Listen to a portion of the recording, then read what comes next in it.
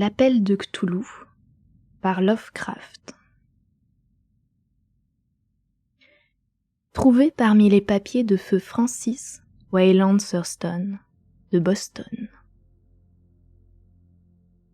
De ces formidables puissances, ou êtres, on peut imaginer qu'il y ait eu des survivances d'une période incroyablement reculée, quand la conscience se manifestait, peut-être sous des formes et des structures disparues bien avant que la marée de l'humanité ne recouvrît tout. Des formes dont la seule poésie et les légendes ont capturé des souvenirs évanescents qu'elles nomment monstres, créatures, êtres mythiques de toutes sortes, ou dieux. Algernon Blackwood. Chapitre 1. L'horreur en argile. La chose la plus miséricordieuse qui fût jamais accordée à l'homme est son incapacité à faire le rapprochement entre toutes ses connaissances. Nous vivons sur une île d'ignorance placide, au beau milieu de mers noires et infinies, sur lesquelles il n'a jamais été prévu que nous naviguions très loin. Les sciences, dont chaque branche avance péniblement et exclusivement dans son domaine propre, ne nous ont pas vraiment fait de tort. Mais un jour, le puzzle reconstitué de toutes nos connaissances encore dissociées nous ouvrira de telles perspectives effroyables de la réalité et de notre terrifiante situation que cette révélation nous rendra fous ou nous fera fuir ces lumières mortelles pour replonger dans un âge des ténèbres paisibles et sûres. Les théosophes ont saisi la formidable grandeur du cycle cosmique où notre monde et l'humanité ne sont qu'une pitoyable perturbation. Ils ont deviné d'étranges survivances dans des termes qui nous glaceraient le sang si nous n'étions aveuglés par un optimisme mielleux. Mais ce n'est pas eux qui m'ont permis de voir des éternités interdites qui me font trembler quand j'y pense et me font basculer dans la démence lorsque j'en rêve. Cette vision, comme toutes celles effrayantes qui nous montrent la vérité, jaillit de l'association fortuite de deux éléments apparemment sans rapport, à savoir un vieil article de journal et les notes d'un professeur disparu. J'espère que personne d'autre ne fera ce rapprochement, et si je vis, je ne révélerai jamais le maillon manquant de cette chaîne abominable. Je suis d'ailleurs convaincu que le professeur entendait lui aussi garder le silence sur ses connaissances et qu'il aurait même détruit ses notes si la mort ne l'avait emporté si soudainement. Ma découverte remonte à l'hiver 26-27, au moment de la mort de mon grand-oncle, George Gamel Angell, professeur émérite en langue sémitique à l'université Brown de Providence. Le professeur Angell était une sommité reconnue dans les langues et inscriptions anciennes, et les musées les plus prestigieux avaient souvent recours à ses lumières. Si bien que son décès, à l'âge de 92 ans, resta tristement gravé dans les mémoires, et ce, d'autant que les circonstances de sa mort étaient restées obscures. Le professeur avait eu une attaque alors qu'il revenait du bateau de Newport. Il était tombé comme une masse, avaient rapporté les témoins, après avoir été bousculé par un noir à l'allure de marin qui avait déboulé d'une de ces cours étranges et sombres, accroché à la colline abrupte qui constitue un raccourci pour aller du port à la maison du défunt, dans William Street. Les médecins furent incapables de trouver une cause évidente à cette mort et, après s'être perdus en conjectures, finirent par conclure que l'ascension de la colline trop pentue pour un homme de son âge avait dû causer quelques lésions au cœur, ce qui avait provoqué la mort. À l'époque, il n'y avait aucune raison de douter de leur diagnostic. Mais, à présent, je m'interroge, et je fais plus que m'interroger. En tant qu'héritier et exécuteur testamentaire de mon grand-oncle, car il était mort veuf et sans enfant, je fus évidemment amené à examiner ces papiers avec attention, raison pour laquelle je déménageai tous ces dossiers et caisses dans mes quartiers, à Boston. La majorité des documents que j'ai classés seront bientôt publiés par la Société américaine d'archéologie. Mais, parmi les cantines, il y en avait une, particulièrement étrange, dont je me suis refusé à dévoiler le contenu.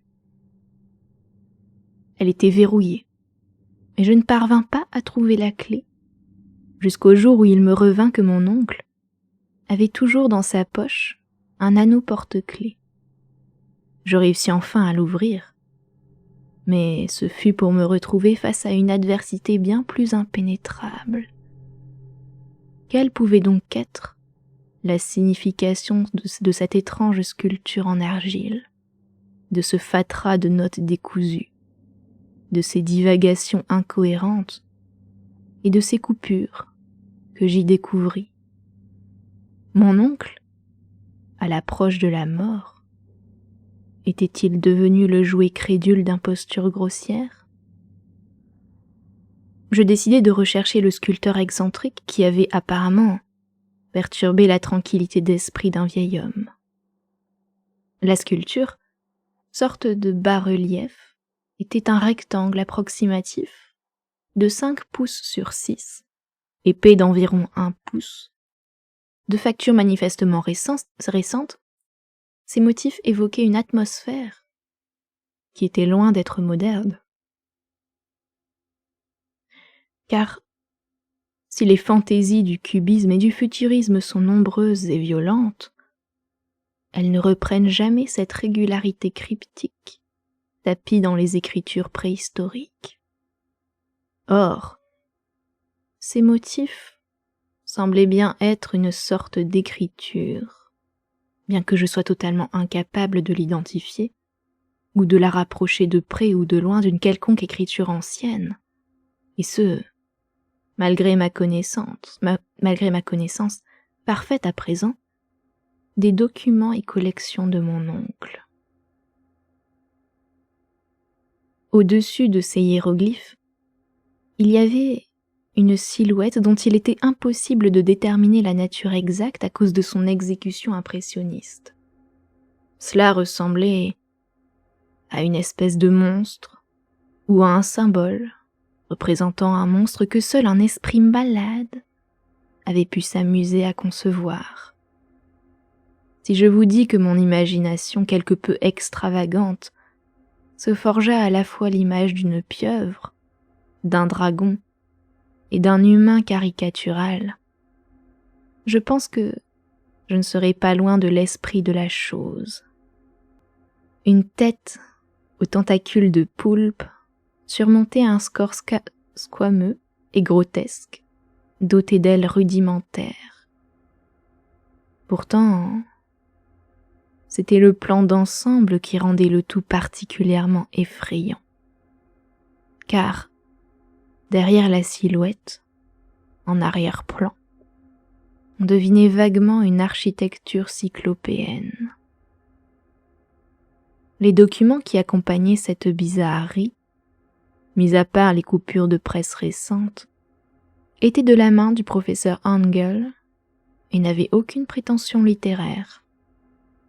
Ce qui semblait être le dossier le plus important était intitulé « Culte de Cthulhu », écrit en caractères soigneusement formés, pour éviter toute lecture erronée d'un nom aussi insolite. Le manuscrit était divisé en 2 parties.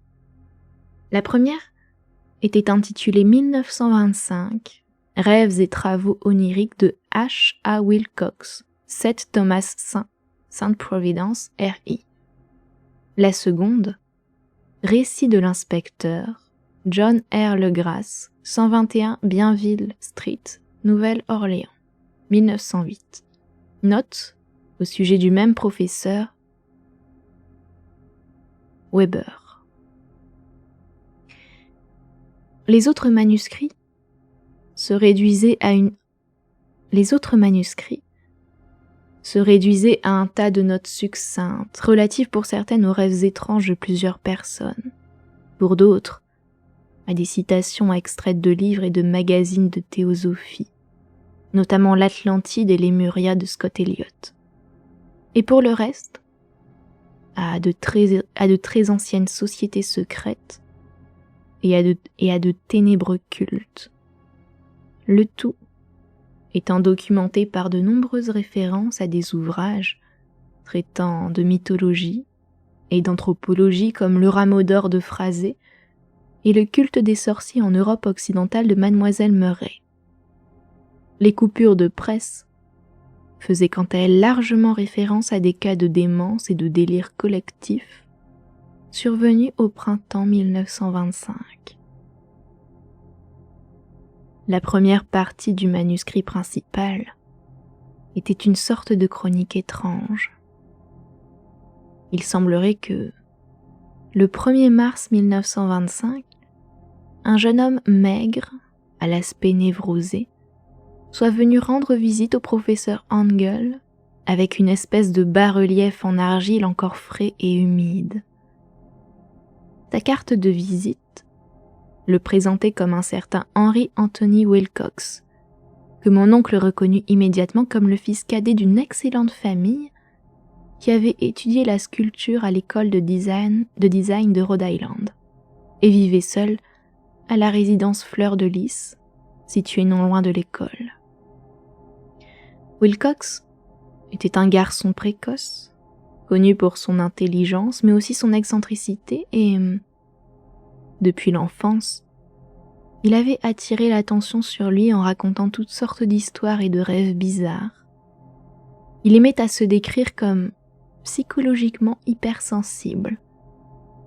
Mais les habitants, assez conservateurs de cette vieille cité commerciale, le tenaient tout simplement pour un original. Il ne fréquentait pas les autres artistes et était devenu peu à peu socialement invisible, n'étant plus connu que de quelques esthètes des villes voisines. Même le club des beaux-arts de Providence, très soucieux, faut-il le dire, de son conservatisme, le décrivait comme étant tout à fait désespérant. À l'occasion de cette visite, poursuit le manuscrit, le sculpteur fit appel aux lumières de son hôte en matière d'archéologie et lui demanda d'identifier les hiéroglyphes gravés sur le bas-relief. Il s'exprimait d'une manière distraite et empruntée qui suggérait l'affectation et lui aliénait toute sympathie. Mon oncle lui répondit sèchement car la fraîcheur manifeste de la tablette évoquait tout sauf l'archéologie. La réplique du jeune Wilcox, qui impressionna mon oncle suffisamment pour qu'il la retienne et la transcrive mot pour mot, était empreinte d'une poésie fantastique qu'il avait dû imposer à toute sa conversation et dont j'ai pu constater depuis qu'elle lui était très caractéristique. Il dit « Elle est neuve, c'est évident, puisque je l'ai sculptée cette nuit à la suite d'un rêve que j'ai fait de cité étrange. Mais les rêves ne sont-ils pas bien plus anciens que la sombre Tyr, le sphinx contemplatif, ou Babylone et sa ceinture de jardin ?» C'est à ce moment qu'il se mit à raconter une fable délirante qui dut avoir un effet immédiat sur la mémoire reptilienne de mon oncle, prit soudain d'un intérêt frénétique. La nuit précédente, il y avait eu un léger tremblement de terre, le plus important ressenti en Nouvelle-Angleterre depuis des années. L'imagination de Wilcox en avait été affectée et, une fois couché, il avait fait des rêves, comme jamais, de formidables cités cyclopéennes, construites avec des blocs de pierre titanesques et des monolithes tombés du ciel, sointant tous d'une vase verdâtre et chargés d'une horreur latente. Des hiéroglyphes couvraient les murs et les piliers, et d'un lieu indéterminé montait une voix qui n'était pas une voix, plutôt un sentiment chaotique qui tentait de se transmuter en un son que Wilcox transcrivit dans l'incompréhensible et imprononçable désordre de lettres Cthulhuftagn. Ce borborigme fut la clé de souvenirs qui stimulèrent et perturbèrent le professeur Angel. Il questionna le sculpteur avec une minutie scientifique et se mit à étudier avec obstination le bas-relief sur lequel le jeune homme s'était retrouvé en train de travailler à son brusque réveil, en sueur, glacé et en habit de nuit. Mon oncle pestait sur son âge à cause de sa lenteur à déchiffrer les hiéroglyphes et les pictogrammes. Plusieurs de ces questions semblèrent incongrues à son visiteur, notamment lorsqu'il tenta d'associer ce dernier à des sociétés secrètes ou à des cultes impies. Wilcox ne comprit pas pourquoi le professeur insistait, en promettant le silence, pour lui faire admettre son appartenance à une certaine secte païenne encore très épandue.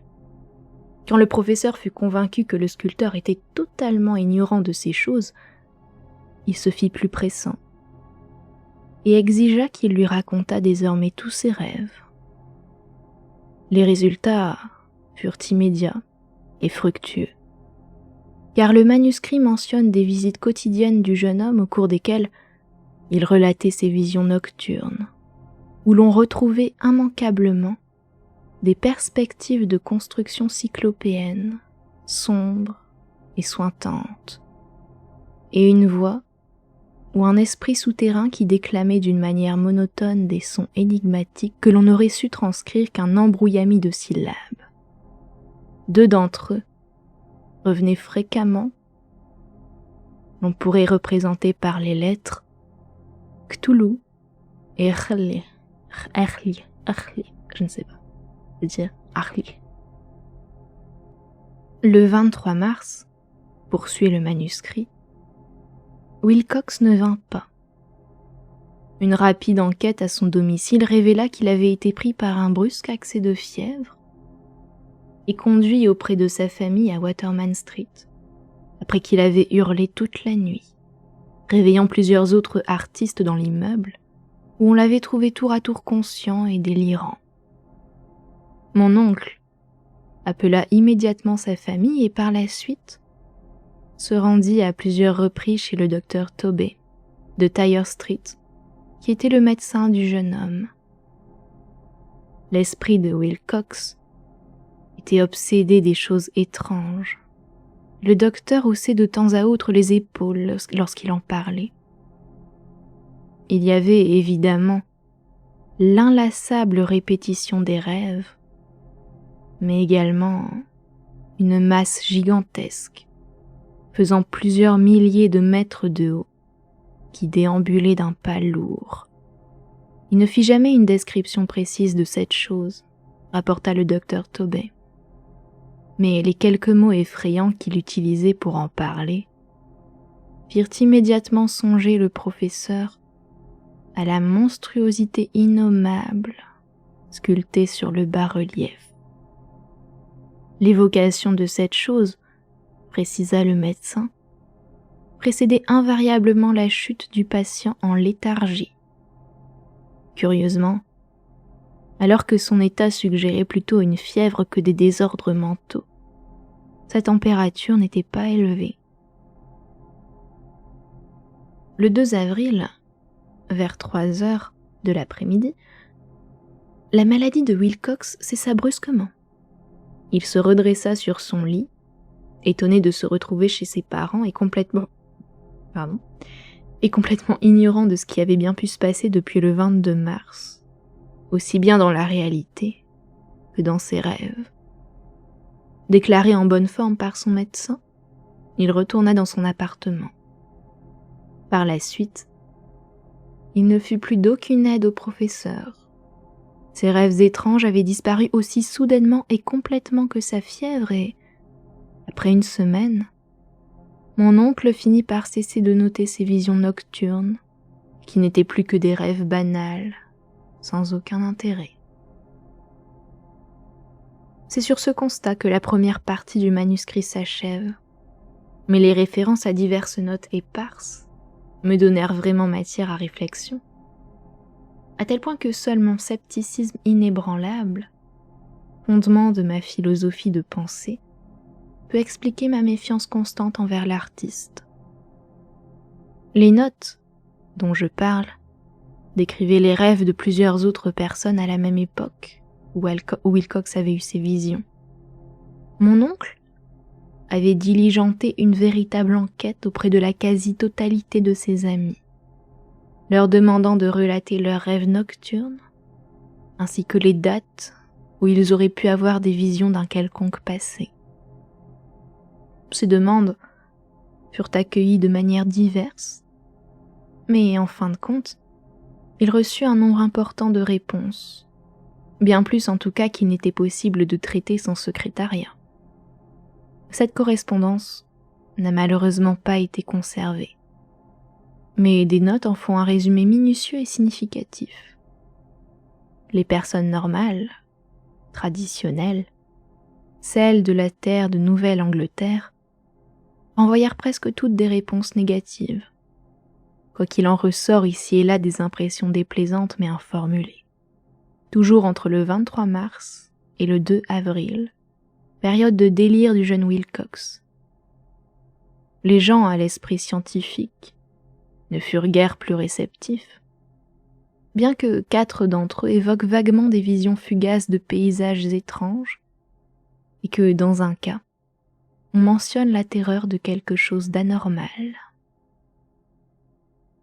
Ce furent les artistes et les poètes qui fournirent les réponses les plus pertinentes, et j'imagine la panique qui se serait emparée d'eux si d'aventure ils avaient pu comparer les notes les concernant. Cependant, faute d'avoir pu consulter leur correspondance, je soupçonnais l'enquêteur d'avoir posé des questions biaisées ou, à tout le moins, d'avoir peu ou prou manipulé les réponses de façon à en faire ressortir ce qu'il avait résolu d'y trouver.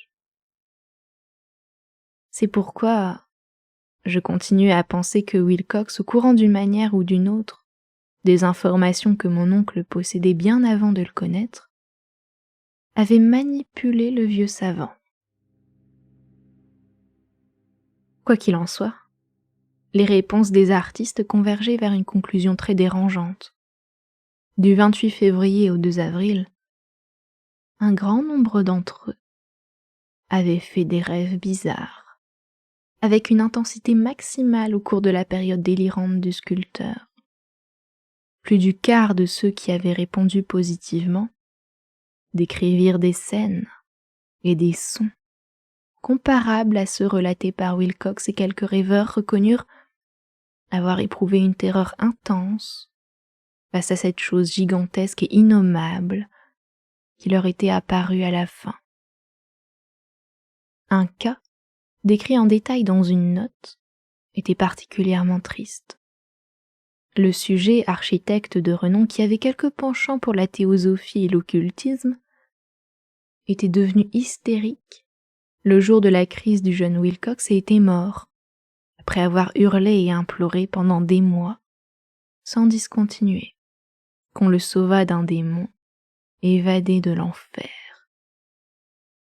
Si mon oncle avait référencé tous ces témoins par un nom plutôt que par un numéro, j'aurais pu enquêter et tenter de confirmer leurs récits, mais en l'état je n'ai pu en retrouver que très peu. Tous, cependant, authentifièrent le contenu des notes et je me suis souvent demandé si le reste des sujets interrogés par le professeur était aussi déconcerté que cela. Il est mieux qu'aucune explication ne leur soit jamais fournie. Les extraits de journaux, comme je l'ai indiqué, concernaient des cas de panique, d'obsession, de comportements bizarres au cours de cette même période. Le professeur dut faire appel à une agence de coupure de presse car leur nombre était impressionnant et leur provenance du monde entier. Il y avait, par exemple, un suicide nocturne à Londres où un dormeur solitaire s'était défenestré après avoir poussé un hurlement. Également, une lettre délirante au rédacteur en chef d'un journal sud-américain dans laquelle un fanatique visionnaire prédisait un avenir terrifiant. On trouvait également une dépêche de Californie qui mentionnait une secte de théosophes dont les membres arboraient des robes blanches et attendaient quelque accomplissement glorieux qui n'arrivait jamais. Tandis que des articles venus des Indes évoquaient prudemment des troubles chez les populations indigènes vers la fin du mois de mars, sans oublier les orgies vaudou qui se multipliaient à Haïti et les rapports de poste avancés en Afrique qui faisaient état de rumeurs inquiétantes. Des officiers américains aux Philippines s'inquiétaient du comportement de certaines tribus et des policiers new-yorkais s'étaient fait agresser par des Levantins dans la nuit du 22 au 23 mars. Il y a encore l'Irlande, qui foisonnait de rumeurs et de légendes, et ce peintre français, Ardois Bonneau, qui exposait au salon de printemps de 1926 à Paris son paysage onirique, qualifié de blasphématoire. Quant aux rapports provenant des asiles d'aliénés, ils sont si nombreux qu'on se demande comment le corps médical n'en a pas fait le rapprochement et tiré des conclusions déconcertantes. Une collection de coupures bien étranges tout compte fait. Et je peux à peine, encore aujourd'hui, admettre le rationalisme aveugle qui me fit les écarter. Mais, à l'époque, j'étais convaincue que le jeune Wilcox avait eu connaissance des recherches occultes plus anciennes du professeur. Fin du chapitre 1.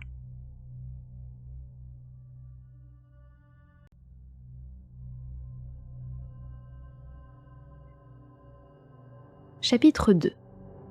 Le récit de l'inspecteur Legrasse. Une affaire bien plus ancienne était en fait à l'origine de la fascination de mon oncle pour les rêves et le bas-relief du sculpteur. Elle faisait l'objet de la seconde partie de son long manuscrit. Il apparaît que le professeur Angel avait déjà aperçu la silhouette de l'innommable monstruosité, qu'il était resté perplexe face aux mystérieux hiéroglyphes et avait entendu prononcer les syllabes effrayantes que l'on ne peut retranscrire qu'en Cthulhu. Tout cela constituait une coïncidence si horrible et si extraordinaire qu'il ne faut guère s'étonner qu'il ait harcelé le jeune Wilcox de questions et de demandes d'informations. Cette première rencontre avait eu lieu en 1908, 17 ans auparavant, au cours de l'assemblée annuelle de la Société américaine d'archéologie à Saint-Louis. Le professeur Angel, compte tenu de son autorité et de ses travaux, avait eu une place prépondérante dans toutes les délibérations et fut l'un des premiers que, profitant de cette occasion, nombre d'invités à la conférence consultèrent dans l'espoir d'obtenir des réponses à leurs questions ou un avis d'expert à leurs problèmes. Un de ces invités, devenu rapidement le point de mire et même le représentant de toute l'assemblée, était un homme entre deux âges, d'aspect ordinaire, qui avait spécialement fait le déplacement depuis la Nouvelle-Orléans en quête d'informations très spécifiques, impossibles à obtenir là-bas. Il s'appelait Raymond Legrasse, était inspecteur de police, avait apporté avec lui la raison de sa visite. Une statue. Ok, ça je refais. Il s'appelait Raymond Legrasse, était inspecteur de police, et avait apporté avec lui la raison de sa visite. Une statuette grotesque, répugnante, apparemment très ancienne, dont il ignorait l'origine. Il ne faudrait pas s'imaginer que l'inspecteur Legrasse avait le moindre intérêt pour l'archéologie. Sa requête était exclusivement d'ordre professionnel. La statuette, le fétiche ou l'idole, comme on voudra bien l'appeler, avait été saisie quelques mois auparavant dans le Bayou, au sud de la Nouvelle-Orléans, au cours d'une descente de police lors d'une cérémonie apparemment vaudou. Mais les rituels pratiqués étaient si singuliers, si ignobles, que la police dut se rendre à l'évidence. Elle était tombée sur un culte inconnu, infiniment plus démoniaque que le plus noir des cultes vaudous d'Afrique.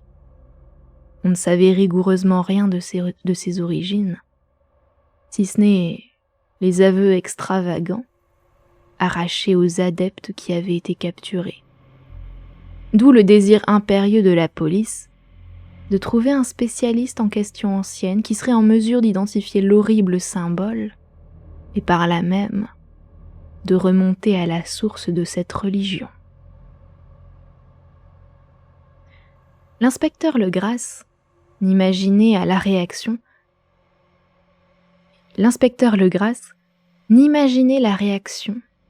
que cet objet allait provoquer. Sa seule vue jeta cette assemblée d'hommes de science dans un état d'excitation intense, et en un instant, ils s'agglutinèrent littéralement autour de lui, afin de voir de plus près cette figurine, dont l'étrangeté, l'authenticité et l'ancienneté abyssale leur ouvraient des perspectives inimaginables.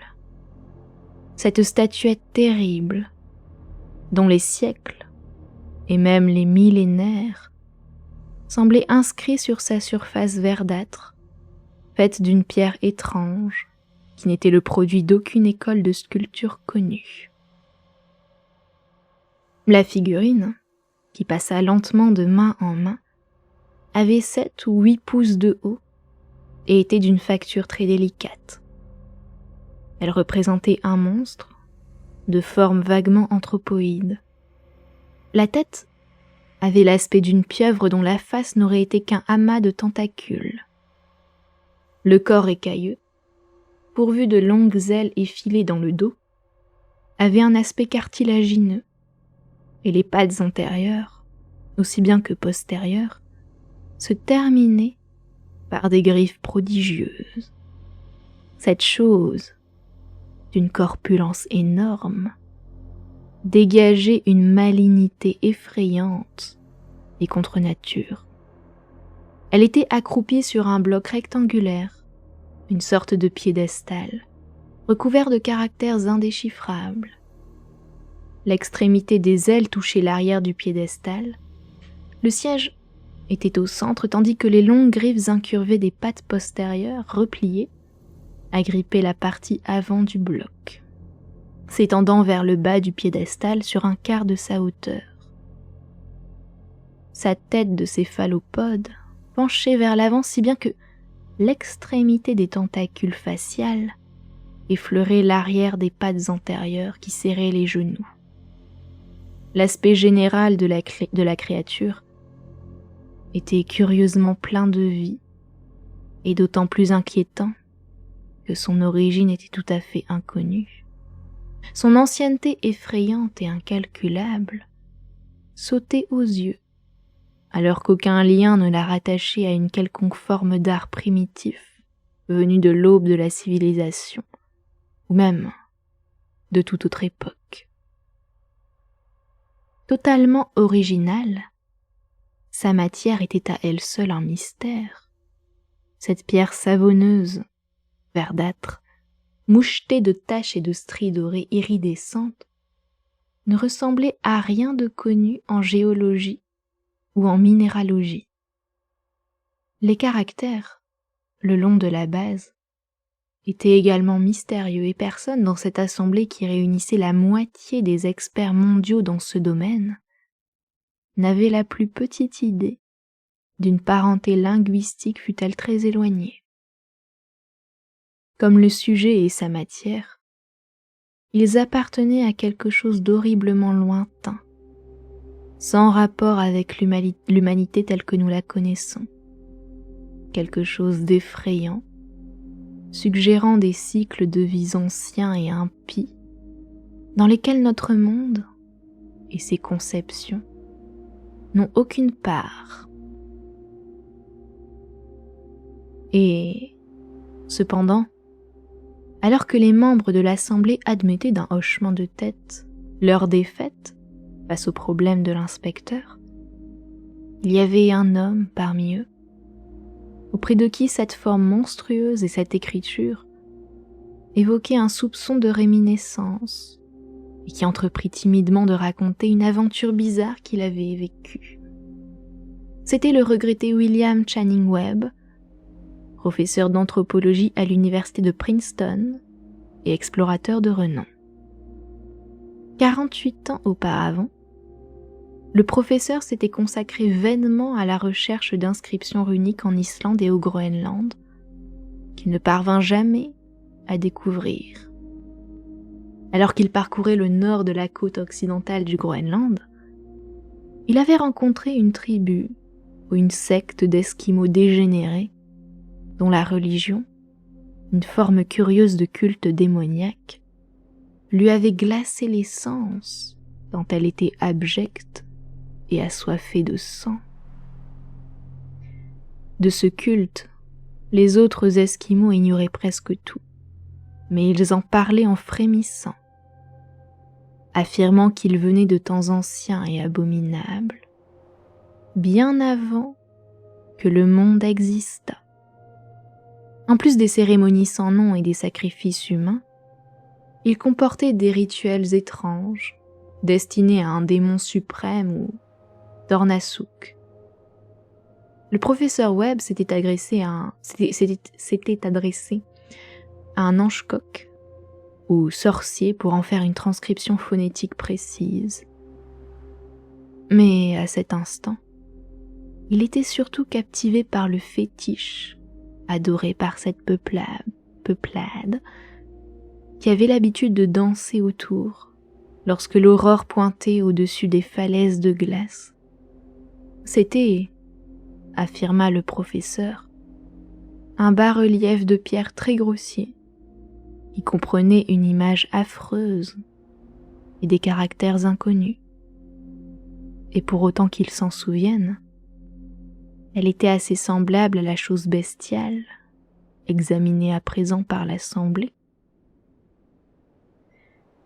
Le suspense, puis l'effarement qui saisirent les membres, s'emparèrent avec 2 fois plus de force de l'inspecteur Legrasse, qui se mit à harceler de questions ce nouvel interlocuteur.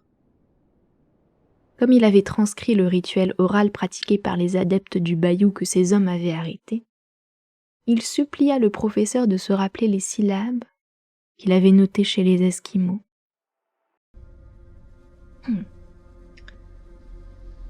S'ensuivit une comparaison de chaque détail, puis un moment de silence, après que le détective et le professeur eurent convenu de l'identité vraisemblable des incantations communes à ces 2 rituels infernaux, pratiqués à des mondes l'un de l'autre.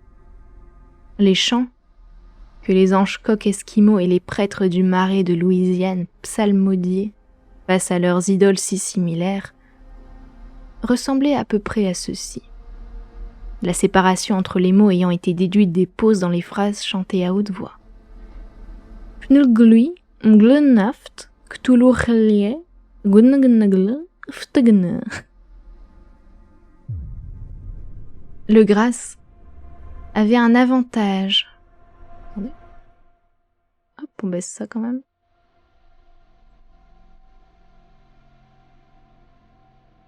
Le Grasse avait un avantage sur le professeur Webb, car plusieurs de ses prisonniers lui avaient dévoilé la signification de ce texte qu'il tenait d'adeptes plus anciens. Voici cette traduction. Dans sa demeure à R'lyeh, la morte, Cthulhu attend en rêvant. C'est à ce moment que, cédant à la demande générale qui se faisait pressante, l'inspecteur Legrasse commença à raconter aussi complètement que possible son aventure avec les adorateurs du marais. Histoire à laquelle mon oncle accordait une signification profonde. Elle avait la saveur des rêves les plus fous des conteurs de mythes et des théosophes, et révélait une imagination cosmique que l'on ne s'attend guère à trouver chez de tels métis, et des parias supposés incultes. Le 1er novembre 1907, la police de la Nouvelle-Orléans avait reçu une demande désespérée provenant des marécages et des bayous du sud de l'État. Les habitants de la région, assez primitifs et accommodants, quoique fiers descendants des hommes de Lafitte, étaient terrorisés par une chose inconnue qui les avait submergés au cours de la nuit. C'était vaudou, apparemment, mais un vaudou bien plus terrible que celui auquel ils avaient déjà eu affaire. Plusieurs de leurs femmes et de leurs enfants avaient disparu depuis que le maudit tam-tam avait entonné une mélopée ininterrompue, au loin, dans les bois hantés, où personne ne s'aventurait jamais. Il y avait des hurlements d'aliénés, des cris déchirants, des incantations à vous glacer l'âme, et l'on apercevait la danse des flammes de l'enfer. L'envoyé ajouta que les braves gens n'en pouvaient plus. C'est ainsi que, tard dans l'après-midi, une escouade de 20 policiers se mit en route dans 2 voitures à cheval et une automobile, avec pour guide le messager, qui tremblait de peur. À la fin de la route carrossable, ils abandonnèrent les voitures et poursuivirent à pied.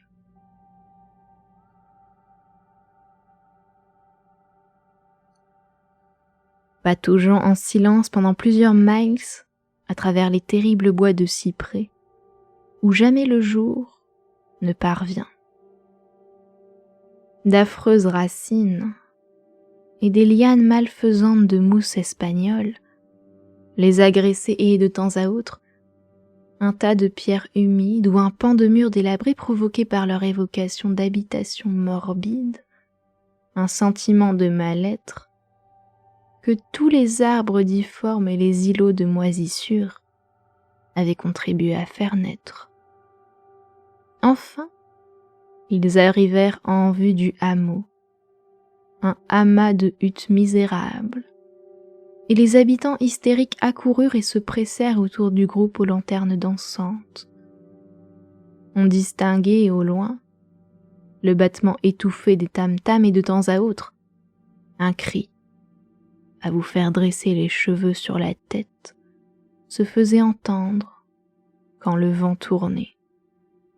Une lueur rougeâtre filtrait à travers les fourrés, au-delà des avenues interminables de la nuit de la forêt. Préférant encore se retrouver à nouveau seuls, les habitants refusèrent de faire un pas de plus vers la scène de ces adorations impies, et l'inspecteur Legrasse s'enfonça sans guide, avec ses 19 collègues, dans les sombres voûtes d'une horreur telle qu'il n'en avait jamais connue à ce jour. La région dans laquelle la police pénétrait était relativement mal connue, peu fréquentée par les hommes blancs, Elle avait mauvaise réputation. Il y courait des légendes à propos d'un lac caché, inconnu du commun des mortels, qui abritait une chose blanchâtre, gigantesque, informe, avec des yeux luisants, et les autochtones murmuraient que des démons aux ailes de chauve-souris quittaient vers minuit leur repère souterrain pour aller l'adorer. Ils ajoutaient que la chose était déjà là bien avant d'Iberville et La Salle, avant les Indiens, avant même les bêtes et les oiseaux de la forêt. Elle était à elle seule un cauchemar. La regarder, c'était mourir. Les hommes en rêvaient parfois, et en savaient ainsi bien assez pour s'en tenir à l'écart. L'orgie vaudou se déroulait aux marches de cette région abhorrée et déjà suffisamment dangereuse. Et c'est sans doute le lieu où se déroulait la cérémonie, plus encore que les sons troublants qui effrayaient les habitants. Seule la poésie ou la folie aurait pu décrire les bruits que le Grasse et ses hommes entendirent, alors qu'ils avançaient péniblement dans le bourbier noir, vers les tam-tams et la lueur rougeâtre. Il existe des voix propres aux hommes et des voix propres aux bêtes, mais il est effroyable d'entendre les unes dans les gorges des autres. La furie bestiale et la licence orgiaque se disputaient la conquête de sommer dans l'horreur par des hurlements et des extases rauques qui déchiraient la nuit et se réverbéraient dans les bois, comme une tempête pestilentielle venue des abîmes de l'enfer. De temps à autre, les ululements désorganisés s'arrêtaient, et de ce qui semblait une chorale bien entraînée de voix éraillées, s'élevait en incantation l'abominable rituel. Fnglui, Bulgunfa, Cthulhu Herlie, Wagnagolftagn. C'est alors qu'ayant atteint un endroit où les arbres étaient clairsemés, le spectacle leur apparut brusquement. 4 hommes se mirent à tituber. Un perdit connaissance, et 2 autres enfin se mirent à pousser des cris frénétiques que la cacophonie de l'orgie masqua, heureusement. La grâce aspergea le visage de l'homme évanoui d'un peu d'eau du marécage. Tous tremblaient, quasiment hypnotisés par l'horreur.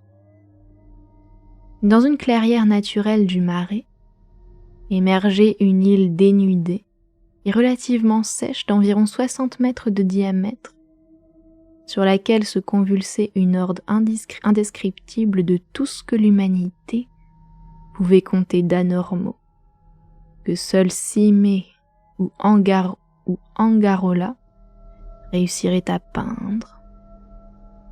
Complètement nue, cette engeance hybride braillait, mugissait et se contorsionnait autour d'un feu monstrueux en forme d'anneau, au centre duquel on apercevait par moments, lorsque le rideau de flammes se déchirait, un monolithe de granit d'environ 8 pieds de haut, au sommet duquel, incongrue de par sa taille réduite, la statuette funeste trônait.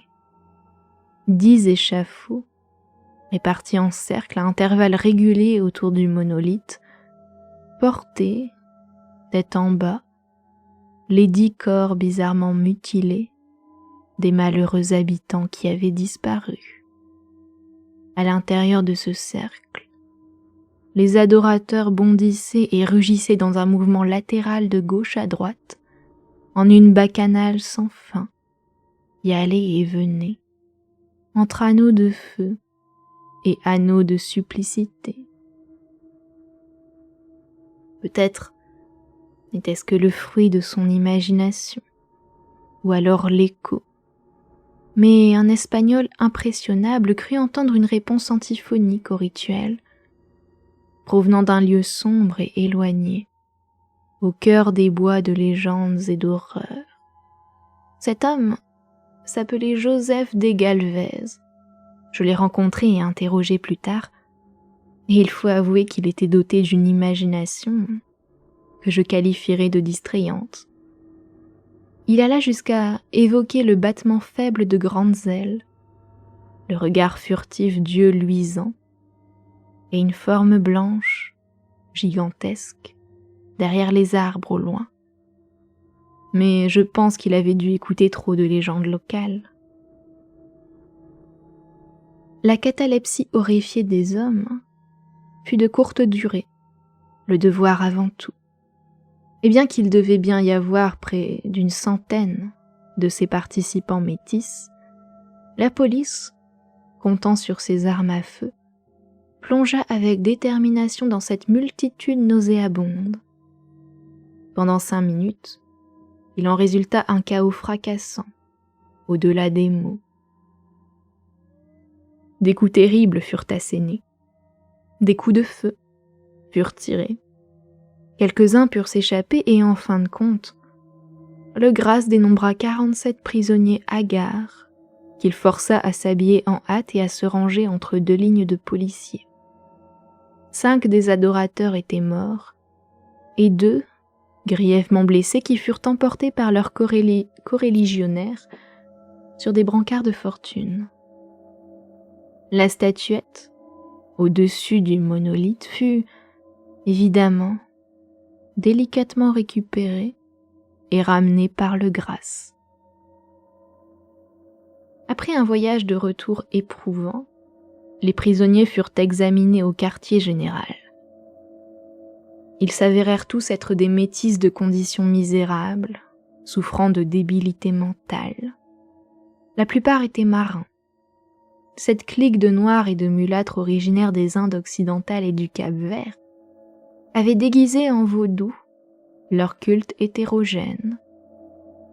Mais avant même l'interrogatoire, il était manifeste qu'on était en présence de quelque chose de plus ancien, de plus profond que le fétichisme noir.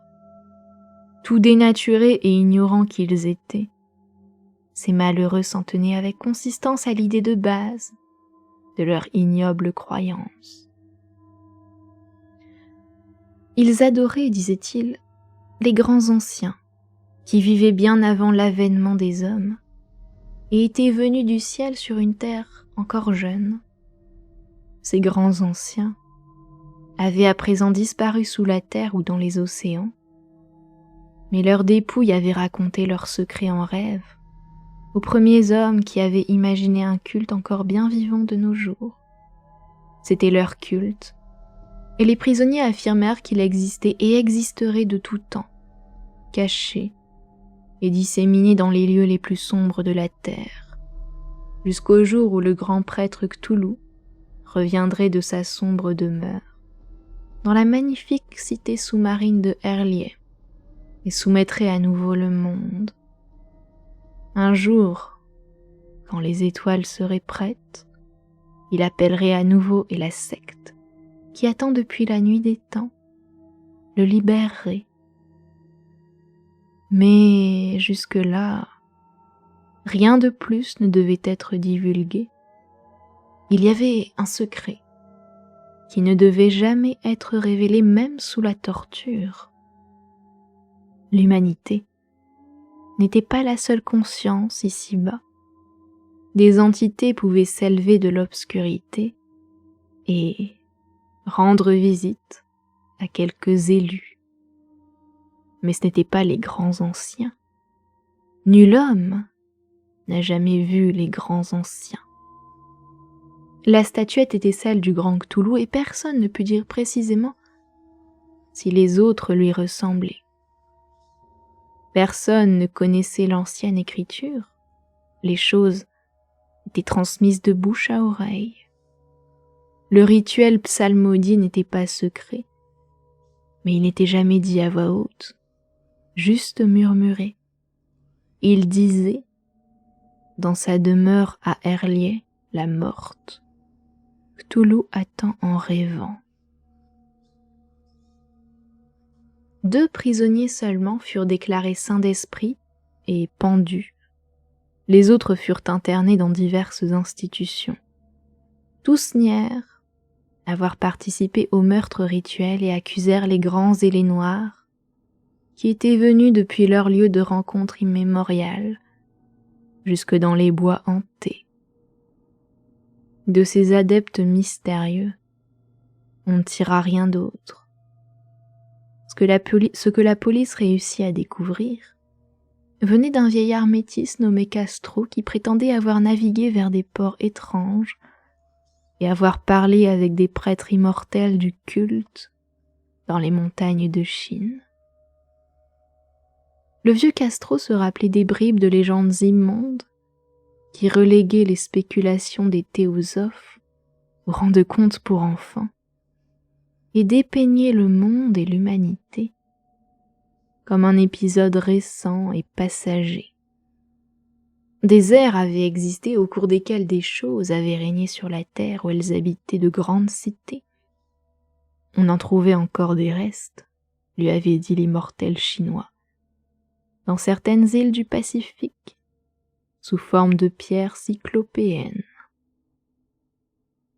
Toutes sont mortes, longtemps avant l'arrivée de l'homme, mais il existait une magie qui pourrait les ressusciter quand les étoiles occuperaient à nouveau les bonnes positions dans leur cycle éternel.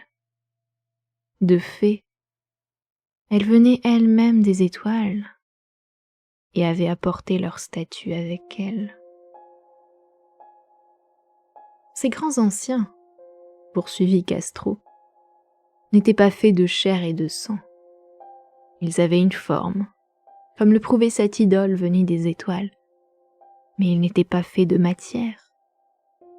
Quand les étoiles étaient à leur place, ils pouvaient passer d'un monde à l'autre, mais à l'inverse, dans une mauvaise configuration, ils ne pouvaient plus vivre. Cependant, ils ne mouraient jamais, reposant dans les immenses demeures de pierre de la grande cité de Herlier, protégés par des sorts lancés par le grand Cthulhu, dans l'attente d'une résurrection glorieuse, quand le ciel et les étoiles seraient à nouveau disposés pour eux. Mais, lorsque ce temps arriverait, des forces extérieures devraient les aider à les libérer, car les sorts qui les préservaient intacts les empêchaient en même temps de faire le premier pas. Et ils gisaient ainsi, éveillés dans l'obscurité, pensant, pendant que des millions d'années s'écoulaient. Ils savaient tout ce qui se passait dans l'univers car ils communiquaient par transmission de pensée. En ce moment même, ils parlaient depuis leur tombe. Quand après une ère de chaos interminable, les premiers hommes étaient apparus, les grands anciens s'adressèrent aux plus réceptifs en s'immisçant dans leurs rêves, car c'était le seul moyen pour que leur langage atteigne l'esprit de ces mammifères aliénés à la chair. Alors, chuchota Castro, les premiers hommes créèrent un culte autour de petites idoles que les grands anciens leur avaient révélées. Des idoles ramenaient des étoiles en des temps imprécis. Ce culte se perpétuerait jusqu'à ce que les étoiles entrent dans la bonne configuration. Et alors, les prêtres sortiraient le grand Cthulhu de sa tombe afin qu'il redonne la vie à ses sujets et reprenne sa domination sur la terre. Ce temps serait facile à reconnaître, car l'humanité aurait évolué pour devenir comme les grands anciens, libre et sauvage au-delà du bien et du mal, sans loi ni morale, hurlant, tuant et s'adonnant au plaisir. Alors, les grands anciens libérés leur apprendraient de nouvelles manières d'hurler, de tuer et de s'amuser, et toute la terre se consumerait dans un holocauste libertaire et extatique. En attendant, le culte se devait, à l'aide de rites appropriés, de garder en vie le souvenir de ses voix anciennes et de transmettre en secret la prophétie de leur retour. Dans les temps premiers, des élus avaient pu parler en rêve avec les grands anciens. Mais un événement s'était produit. Herlier, la grande cité de pierre avec ses monolithes et ses sépulcres, avait été engloutie par les flots, et les eaux profondes, emplies du mystère primal que même les pensées ne peuvent traverser, avaient rompu la communication spectrale. Cependant, le souvenir ne s'éteignit pas et les grands prêtres affirmèrent que la cité se relèverait un jour, quand les astres seraient bien alignés. Alors, des entrailles de la terre, apparaîtraient les esprits noirs, immondes et obscurs, pleins de rumeurs incertaines qu'ils avaient recueillies dans les cavernes, au-delà des fonds maritimes oubliés. Le vieux Castro n'osait pas trop en parler. Il s'interrompit brusquement et ni la persuasion ni la ruse ne parvinrent à l'entraîner dans cette direction. Bizarrement, il refusa également de parler de la taille des grands anciens. Pour revenir au culte, il pensait que son centre se trouvait dans les déserts d'Arabie, là où Irem, la cité aux piliers, rêve, dissimulée et inviolée. Le culte n'avait aucun rapport avec la sorcellerie occidentale et était pour ainsi dire inconnu, au-delà du cercle de ses adeptes. Aucun livre ne l'avait jamais évoqué, bien que le chinois immortel affirma qu'il y avait des phrases à double sens dans le Necronomicon de l'arabe fou Abdul Halar al-Azred, que les seuls initiés savaient déchiffrer, et particulièrement le verset suivant. N'est pas défunt qui repose pour l'éternité. En d'étranges airs, la mort elle-même peut trépasser. Le Grasse, impressionné et déconcerté, avait enquêté en vain pour trouver la filiation historique du culte. Castro n'avait pas menti quand il affirmait qu'il était totalement secret. Quand les experts de l'université de Tulane se montrèrent incapables de donner la moindre information sur la secte ou son idole, le détective résolut de s'adresser aux plus hautes autorités scientifiques du pays. En fin de compte, il n'avait rien découvert de plus que l'aventure du professeur Webb au Groenland. L'intérêt fébrile que suscita le récit de Legrasse au Congrès est attesté par la correspondance abondante de tous les membres à ce sujet, bien que la publication officielle de la société n'en ait pour ainsi dire jamais parlé. La prudence est le souci majeur de ceux qui peuvent se trouver face à l'imposture et la charlatanerie. Legrasse prêta sa statuette quelque temps au professeur Webb, mais la récupéra à sa mort. Elle demeura en sa possession et c'est là que je l'ai vue, il n'y a pas si longtemps. C'est vraiment une chose effrayante, qui ressemble indiscutablement à la sculpture imaginée par le jeune Wilcox. Il n'y avait rien de surprenant à ce que mon oncle se fût passionné pour le récit du sculpteur. On imagine quelles pensées furent les siennes, alors qu'il connaissait l'histoire de Legrasse à propos du culte, en entendant ce jeune homme sensible qui avait rêvé non seulement de la statuette, des hiéroglyphes, identiques à ceux découverts dans le bayou et au Groenland, mais qui de surcroît avait entendu dans ses songes au moins 3 des mots précis de la formule, prononcés de façon similaire par les Esquimaux et les Métis de Louisiane. la réaction du professeur Angel, en entreprenant sur le champ une étude approfondie, était évidemment naturelle. Je continuais cependant de soupçonner le jeune Wilcox d'avoir eu connaissance du culte par une autre source et d'avoir inventé ses rêves pour gonfler et maintenir le mystère aux dépens de mon oncle. Sans doute, les récits de rêves et les coupures compilées par le professeur constituent-ils une forme de preuve, mais mon rationalisme et l'invraisemblance de toute l'affaire me conduisirent à adopter ce que je considère comme les conclusions les plus raisonnables. C'est pourquoi, après avoir relu le manuscrit et avoir une fois encore comparé les notes théosophiques et anthropologiques avec le récit de Legrasse, je décidai de me rendre chez le sculpteur à Providence, afin de lui faire connaître les reproches, qui me semblaient alors justifiés, d'avoir abusé d'un vieil érudit avec une telle audace.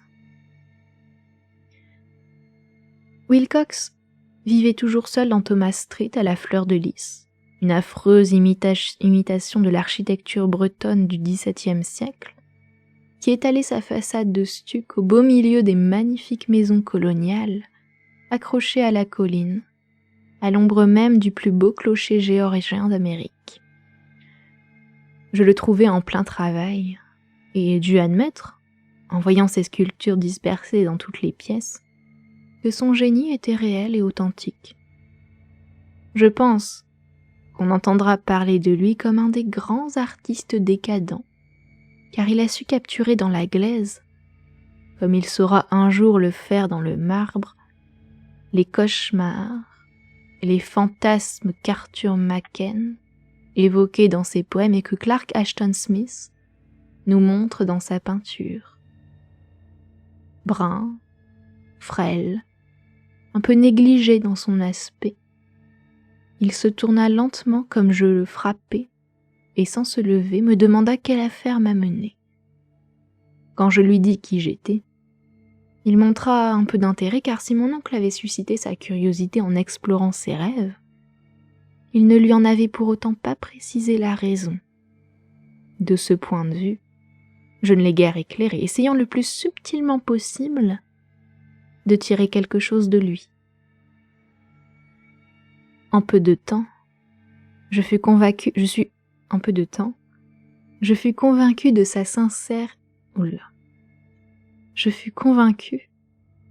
sincérité absolue car il parlait de ses rêves d'une façon inimitable. Ils avaient profondément influencé son art. Il me montra une statue morbide dont les formes dégageaient une puissance obscure tellement suggestive que j'en tremblais presque. Il ne se rappelait pas avoir jamais vu l'original de cette chose, si ce n'est dans son bas-relief, et les contours s'étaient formés d'eux-mêmes sous ses doigts.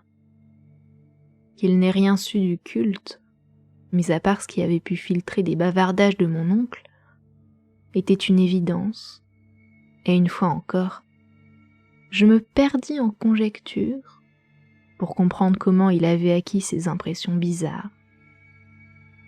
Il parla de ses rêves en termes étrangement poétiques, qui me firent entrevoir avec une terrible exactitude la cité cyclopéenne faite de pierres humides, gluantes et verdâtres, dont la géométrie, disait-il, était fausse, et entendre avec effroi l'appel mental qui montait inlassablement des profondeurs.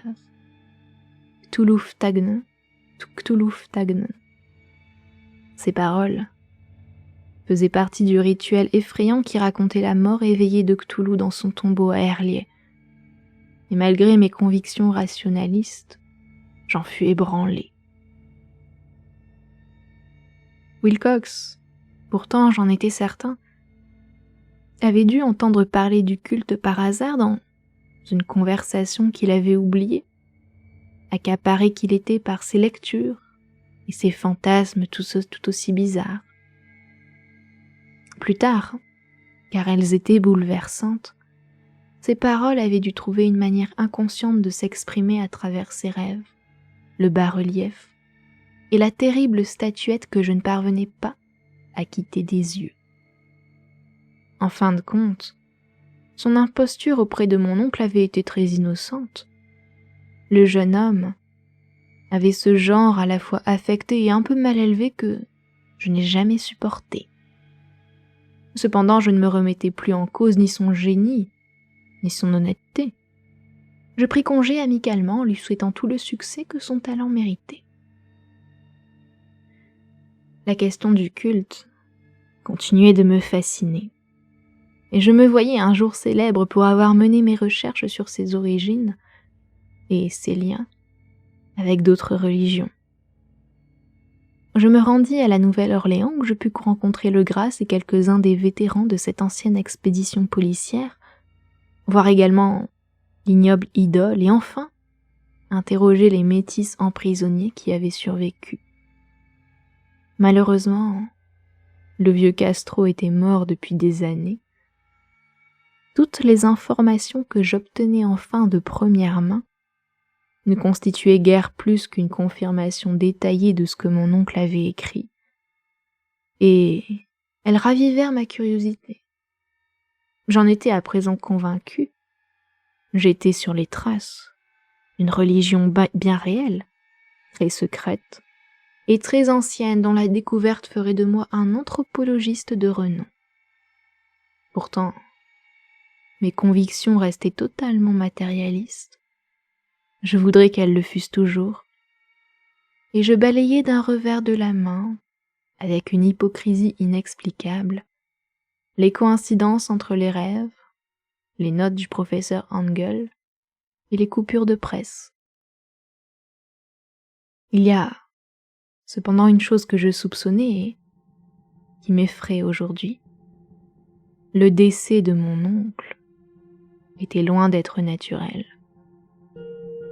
Il était mort dans une petite ruelle en pente qui donnait sur les quais où grouillent tous ces métis étrangers, après avoir été bousculé par un marin noir.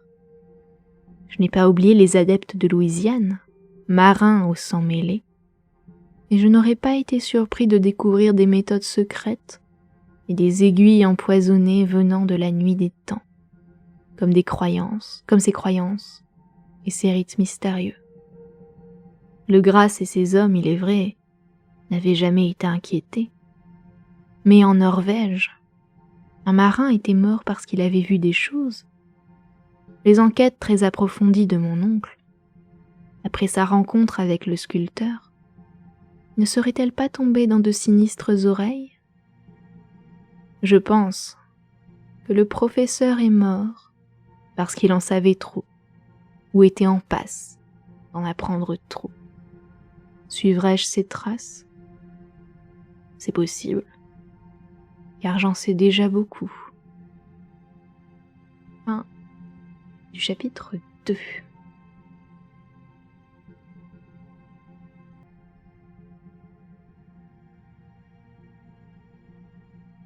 Chapitre 3. La folie venue de la mer. Si le ciel souhaite jamais m'accorder une grâce, ce sera d'effacer totalement les conséquences du simple hasard qui me fit jeter les yeux sur un certain papier oublié sur une étagère. C'était un article sur lequel je ne serais jamais tombée au cours de revues de presse quotidiennes, car il s'agissait d'un vieux numéro datant du 18 avril 1925 du Sydney Bulletin, un journal australien. Il avait même échappé à l'agence de coupure de presse qui, à l'époque de la parution, recueillait scrupuleusement toutes les informations nécessaires aux investigations de mon oncle. J'avais, en grande partie, renoncé à mes recherches sur ce que le professeur Angel appelait le culte de Cthulhu, et j'étais allé à Paterson, New Jersey, pour rendre visite à un érudit de mes amis, conservateur du musée local et minéralogiste de renom. Un jour, comme j'examinais des spécimens de réserve rangés grossièrement sur une étagère, dans une remise du musée, mon regard fut attiré par une étrange image sur un vieux journal étendu sous les pierres. C'était le Sydney Bulletin que j'ai mentionné, car mon ami avait des correspondants dans tous les pays possibles et imaginables, et l'image était une photogravure d'une hideuse figurine de pierre, presque identique à celle que Lagrasse avait trouvée dans les marais. Je débarrassai impatiemment la page des précieux spécimens, puis parcourus l'article en détail, un peu déçu de constater qu'il n'était pas très long. Ce qu'il suggérait, cependant, était d'une importance considérable pour mon enquête, qui était au point mort, et je découpai aussitôt la feuille. Le texte en était le suivant. Une mystérieuse épave retrouvée en mer. Le vigilant arrive en remorquant un yacht néo-zélandais en perdition. Un survivant et un mort retrouvés à bord. Récit d'une terrible bataille et de décès en mer. Marin rescapé refuse de révéler les détails de son étrange aventure. Curieuse idole trouvée en sa possession. Enquête doit suivre. Le cargo Le Vigilant de la compagnie Morrison en provenance de Valparaiso est arrivé à quai à Darling Harbour en remorquant le yacht à vapeur Alert de Dundee, Nouvelle-Zélande, très bien armé, mais avarié et hors d'état de naviguer, qui avait été aperçu le 12 avril par 34°21 de latitude sud et 152°17 de longitude ouest, avec à son bord un homme mort et un survivant. Après avoir quitté Valparaiso le 25 mars, le Vigilant avait dérivé au sud de sa route par suite d'une tempête exceptionnellement violente et de vagues démesurées. Le 12 avril, l'épave était repérée. Bien que désertée à première vue, on y découvrit en montant à son bord un survivant en train de délirer et un autre individu, à l'évidence mort depuis plus d'une semaine.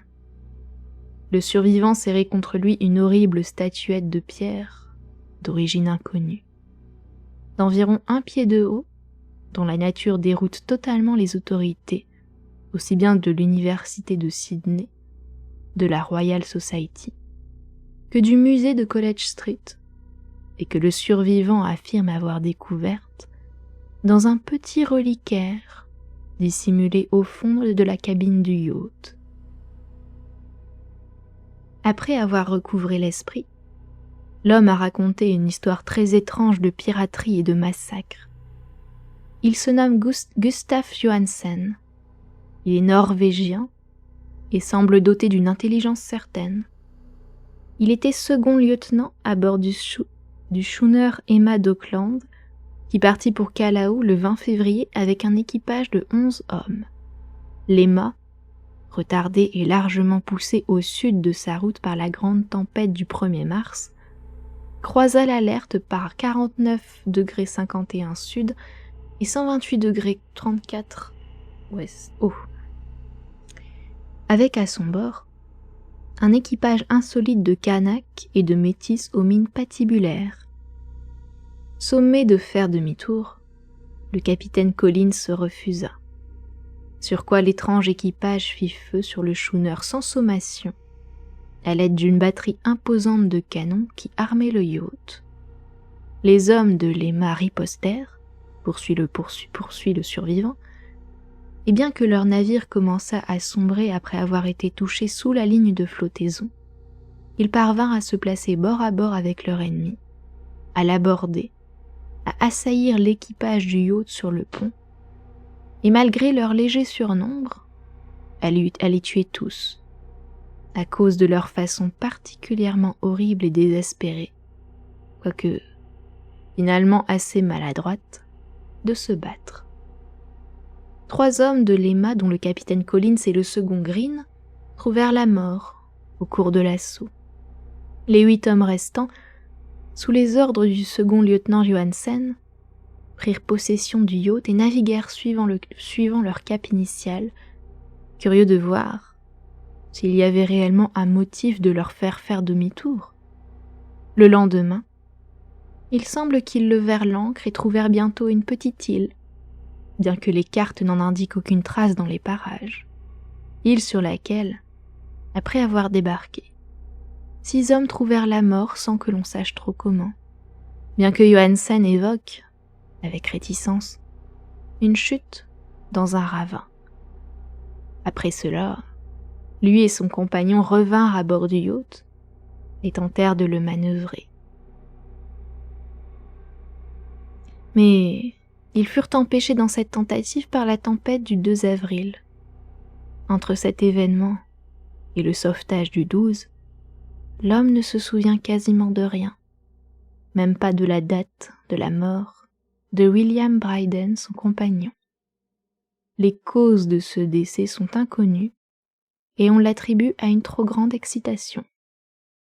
Des dépêches en provenance de Dundee rapportent que l'Alert y était connu pour faire du commerce entre les îles, qu'il avait sur les quais une réputation satanique, et qu'il appartenait à un curieux groupe de métis dont les nombreuses réunions et déplacements nocturnes dans les bois avaient attiré l'attention.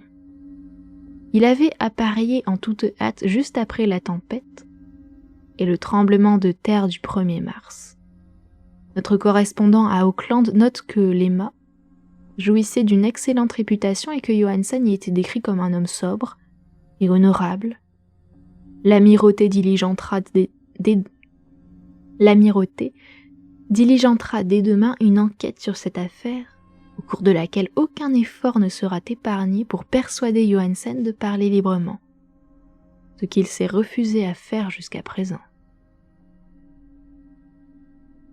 C'était tout, à part la photo de l'idole diabolique. Mais quelle succession d'idées cela n'avait-il pas déclenché en moi ?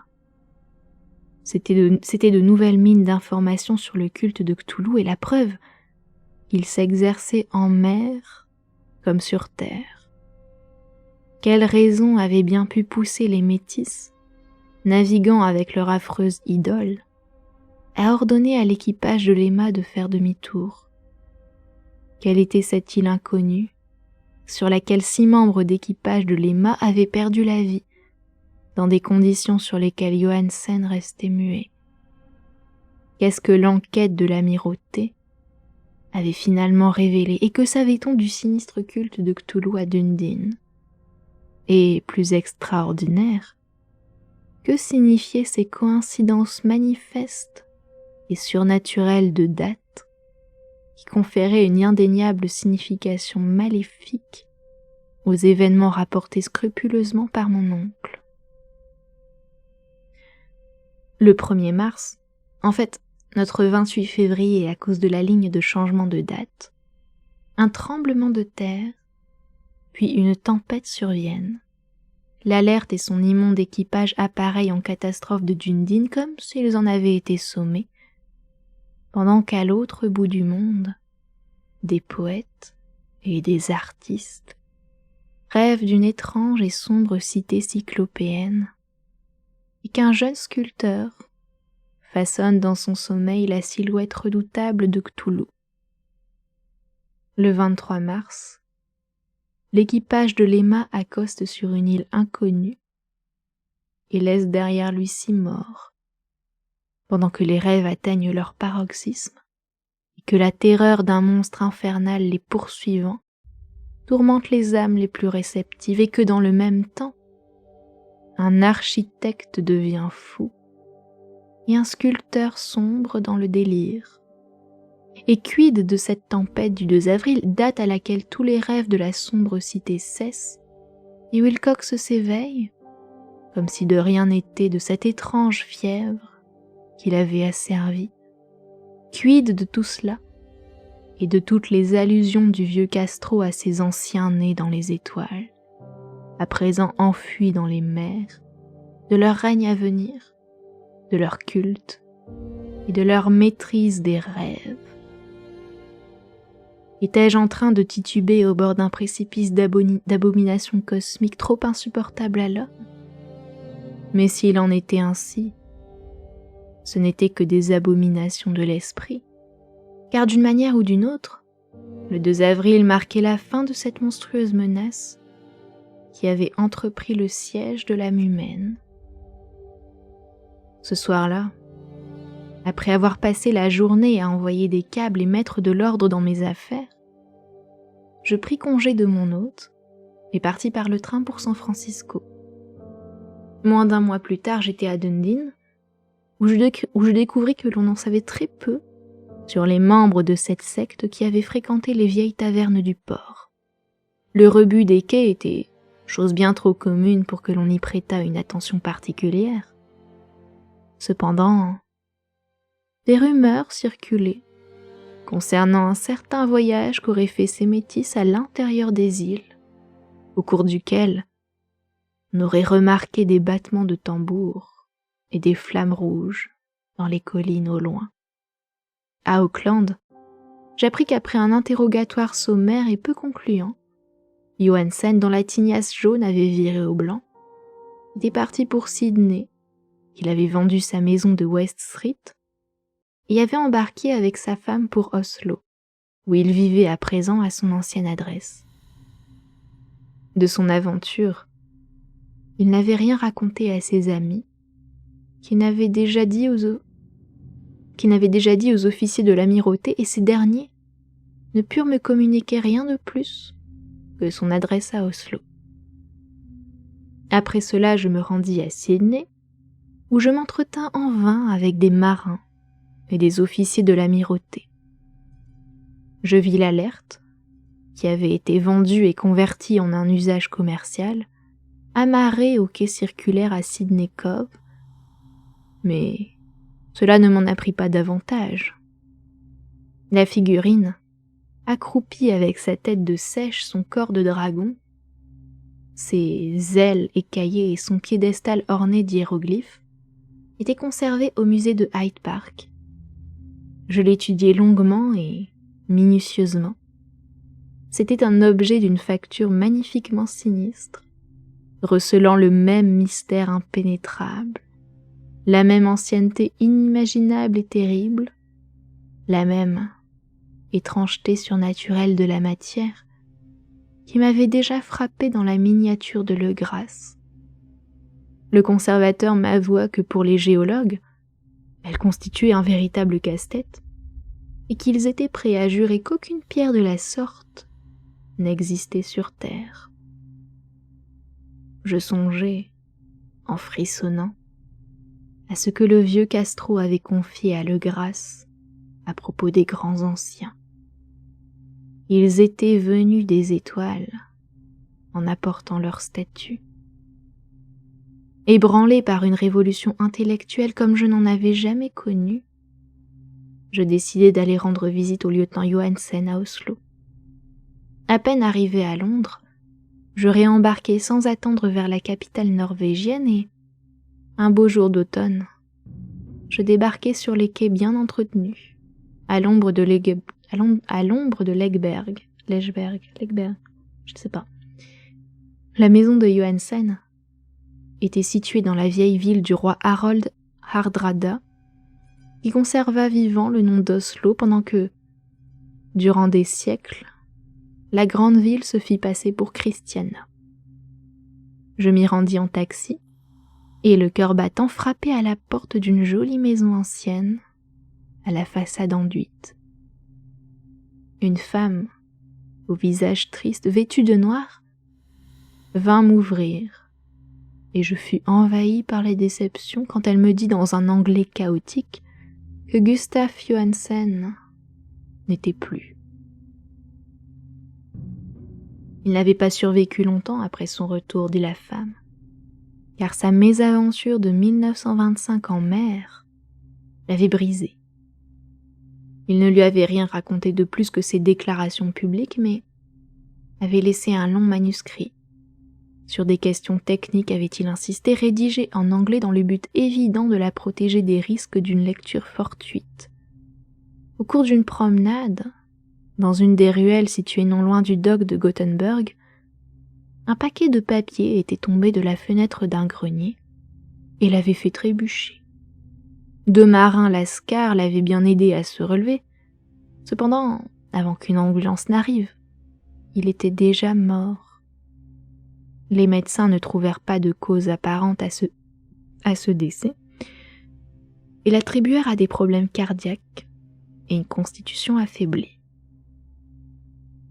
Je sentis, à ce moment, me prendre aux entrailles cette sombre terreur qui ne me quittera plus, jusqu'à ce que moi aussi, je trouve le repos accidentellement ou autrement, persuadant la veuve que les questions techniques de son mari me concernaient suffisamment pour qu'elle accepte de me confier le manuscrit. J'emportai le document et commençai à le lire sur le bateau qui me ramenait à Londres. C'était un récit simple et décousu, effort un peu naïf d'un marin pour rédiger un journal post-facto qui tentait de raconter jour après jour son horrible dernière traversée. Je ne puis le retranscrire mot pour mot, tant le texte est nébuleux et redondant, mais j'en livrerai l'essence, suffisamment en tout cas, pour que l'on comprenne pourquoi le clapotis de l'eau sur la coque du bateau m'est devenu si insupportable que j'ai dû me boucher les oreilles avec du coton.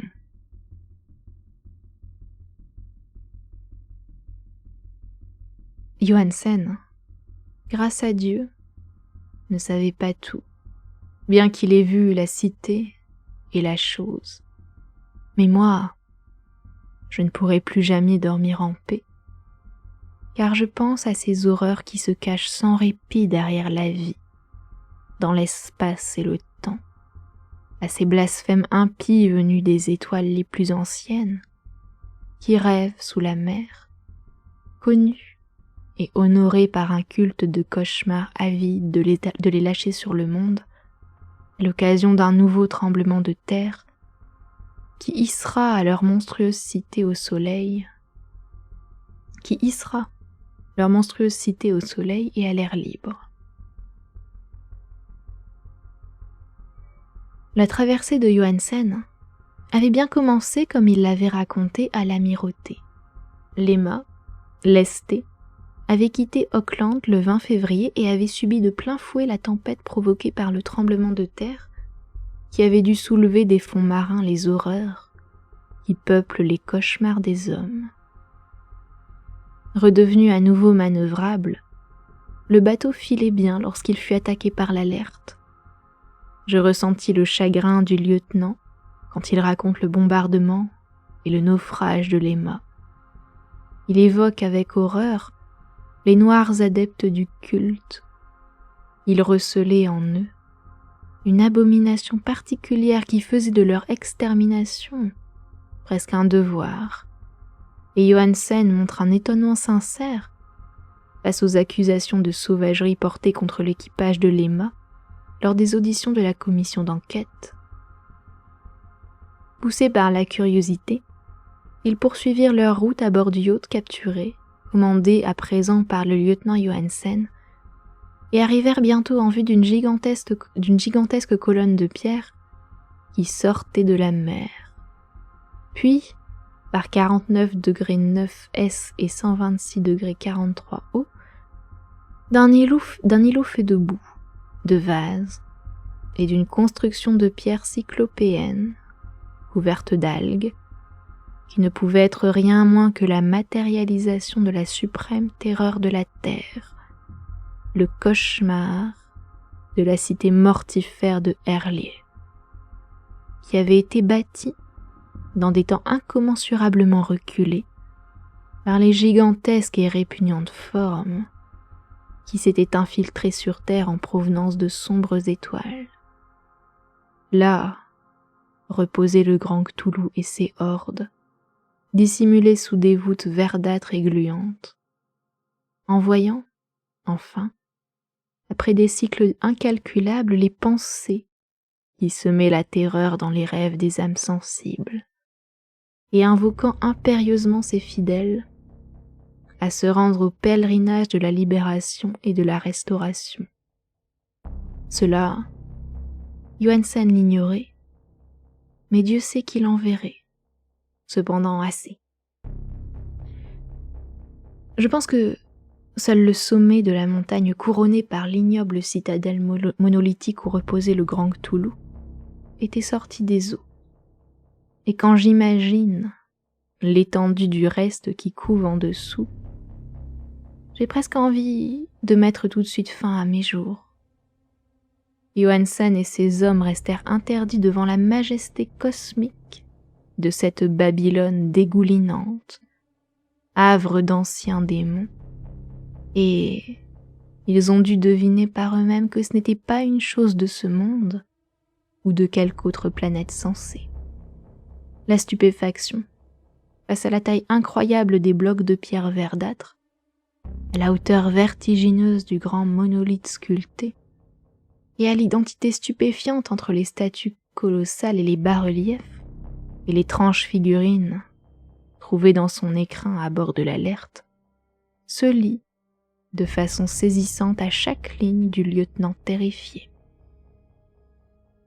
Sans rien connaître du futurisme, Johansen parvient à l'évoquer lorsqu'il parle de la cité. Car, plutôt que de décrire ses structures et ses bâtiments, il insiste sur l'impression générale que laissent les vastes angles et les surfaces de pierre, surfaces bien trop gigantesques pour appartenir à quoi que ce soit de convenable et de sensé pour cette terre, et sur les horribles images et hiéroglyphes sacrilèges. Je mentionne sa description des angles parce qu'elle me rappelle quelque chose, des rêves que Wilcox m'avait racontés.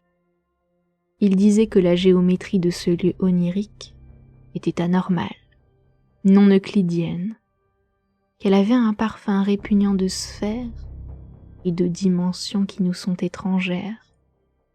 Et voilà qu'un marin peu lettré ressentait la même chose en contemplant cette terrible réalité. Johansen et ses hommes accostèrent sur la rive pentue et boueuse de cette monstrueuse acropole et grimpèrent sur des blocs de pierre titanesques et glissants qui ne pouvaient être les marches d'un escalier bâti pour des mortels. Le soleil lui-même semblait déformé dans le ciel lorsqu'aperçu, à travers les miasmes polarisants qui jaillissaient de cette perversion trempée par la mer, et une angoisse, une menace difforme, se dissimuler, concupiscente dans les angles insaisissables de ces pierres taillées, où un second coup d'œil dévoilait la concavité alors que le premier avait affirmé la convexité.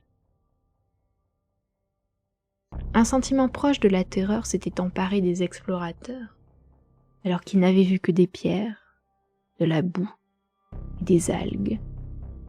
Chacun aurait fui s'il n'avait eu peur d'être la risée des autres, et c'est sans enthousiasme, vainement comme la suite le montrera, qu'ils cherchèrent quelques souvenirs à emporter. Ce fut Rodriguez, le Portugais, qui escalada le premier le pied du monolithe et poussa un cri à ce qu'il venait de découvrir.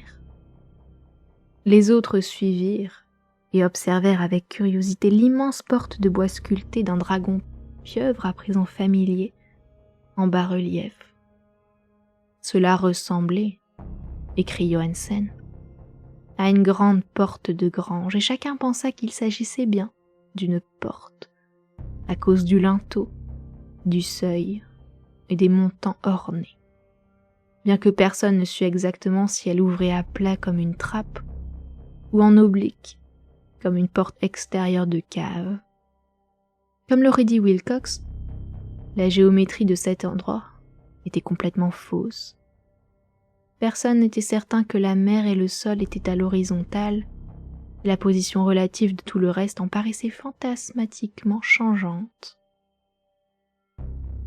Bryden appuya la pierre en différents endroits, sans résultat. Ensuite, Donovan effleura délicatement le pourtour, appuyant séparément sur chaque point en avançant. Il escalada interminablement la moulure de pierre. On aurait, en effet, pu appeler cela escalade, si la chose n'avait pas, en définitive, été horizontale. Et les hommes se demandaient comment dans l'univers il pouvait exister une porte aussi gigantesque. Puis très doucement, très délicatement, le panneau de près d'un demi-hectare de mie se mit à basculer. Vers l'intérieur depuis le sommet, ils constatèrent qu'il avait un contrepoids. Donovan glissa ou rampa vers le bas, ou le long du montant et rejoignit ses camarades, et chacun observa le recul bizarre du monstrueux portail sculpté. Dans cette vision fantastique d'une distorsion prismatique, le mouvement se faisait anormalement le long de la diagonale, de telle façon que toutes les règles de la perspective et de la physique en étaient chamboulées. L'ouverture était noire, d'une obscurité presque solide. Mais ces ténèbres avaient une qualité positive. Elles dissimulaient dans l'obscurité des pans de murs qui, autrement, auraient été révélés en s'échappant de leur prison millénaire comme une émanation qui assombrissait le ciel pendant qu'il disparaissait furtivement dans le ciel rétréci et gibbeux, en battant des ailes membraneuses. L'odeur qui s'élevait de ces profondeurs à peine ouvertes était insupportable, et, après un moment, Hawkins, qui avait l'ouïe fine, crut entendre tout en bas un son désordonné et déplaisant. Chacun écouta, et ils écoutaient encore quand elle apparut, pesante et dégoulinante, forçant à tâtons son immensité gélatineuse et verdâtre à travers l'ouverture noire, vers l'air, à présent vicié par le poison de cette cité de démence. L'écriture du pauvre Johansen régressait en rédigeant ces lignes. Des 6 hommes qui ne regagnèrent jamais le navire, 2, suppose-t-il, moururent de terreur en cet instant maudit. La chose ne peut être décrite. Il n'existe pas de langue pour raconter de tels abîmes d'une démence aiguë et immémoriale, de telles contradictions surnaturelles de la matière, des forces et de l'ordre cosmique. Une montagne marchait ou s'abattait. Dieu, comment s'étonner qu'à l'autre bout du monde un grand architecte soit devenu fou, et que le pauvre Wilcox ait déliré de fièvre dans un instant télépathique. La chose des idoles, l'excrétion verte et gluante des étoiles, s'était éveillée et réclamait son dû. Les étoiles étaient à nouveau dans la bonne configuration, et ce qu'un culte ancestral n'avait pas réussi à accomplir à dessein, un équipage de marins innocents l'avait fait par hasard. Après des dizaines de millions d'années, le grand Cthulhu était à nouveau libre et s'extasiait de joie. 3 hommes furent balayés par ces cerfs flasques, avant que quiconque n'ait pu réagir. Dieu leur accorde le repos, s'il peut encore y avoir du repos dans l'univers. C'étaient Donovan, Guerrera et Angstrom. Parker glissa, pendant que les 3 autres plongèrent frénétiquement en direction du bateau, dans des perspectives infinies de roches incrustées de verre. Et Johansen jure qu'il fut comme avalé par un angle de maçonnerie qui n'aurait pas dû être là, un angle aigu qui se comportait comme un angle obtus. Finalement, seuls Bryden et Johansen atteignirent le canot et ramèrent désespérément vers l'Alert, alors que la monstruosité montagneuse descendait le long des roches glissantes pour finir au bord de l'eau, hésitante et pataugeante. Le mécanicien avait pris garde de ne pas laisser la pression retomber complètement, bien que tout l'équipage eût quitté le bord, et ce fut l'affaire de quelques minutes de précipitation fiévreuse, en haut, en bas, entre la roue et la salle des machines pour faire appareiller l'alerte. Lentement, au milieu des horreurs de cette incroyable scène, il commença à faire bouillonner les eaux létales, pendant que sur la maçonnerie de ce charnier qui n'était pas de notre monde, la chose titanesque bavait et bafouillait comme Polyphème maudissant le bateau fugitif de l'Odyssée. Alors, plus courageux que les cyclopes de la légende, le grand Cthulhu glissa dans l'eau et commença sa poursuite, soulevant des vagues gigantesques dans ses mouvements de puissance cosmique. Bryden regarda en arrière et sombra dans la folie, poussant des hurlements stridents et riant par intervalles, jusqu'à ce qu'une nuit, la mort le surprit dans la cabine. Johansen, quant à lui, allait çà et là en délirant. Mais il n'abandonna pas, sachant que la chose pourrait rattraper l'alerte tant que la pression ne serait pas à son maximum. Il tenta une ultime manœuvre et, après avoir lancé les machines à toute vapeur, il fila sur le pont et renversa la roue. Il y eut un tourbillon effervescent dans cette mer fétide et bénéficiant de la pression qui continuait de monter, le brave Norvégien précipita son bateau sur son poursuivant, qui s'élevait au-dessus de l'écume, telle la poupe d'un galion infernal. L'immonde tête de calamar dont les tentacules se contorsionnaient atteignit presque le beaupré du yacht. Mais Johansen poursuivit sa route. Il y eut une explosion, comme l'éclatement d'une vessie, puis une boue infâme, comme si on avait fendu une molle, une puanteur que seules 1000 tombes ouvertes auraient pu produire, et un son que le chroniqueur n'a pu décrire sur le papier. Pendant un instant, le bateau fut souillé par un nuage vert, âcre et aveuglant. Puis, il n'y eut plus qu'un grouillement venimeux à la poupe où, mes dieux du ciel, la matière de cet innommable produit de l'espace était en train de se recombiner dans sa détestable forme originelle, pendant que l'alerte prenait de la vitesse grâce à la pression, et que la distance qui le séparait du bateau augmentait à chaque seconde. C'était fini.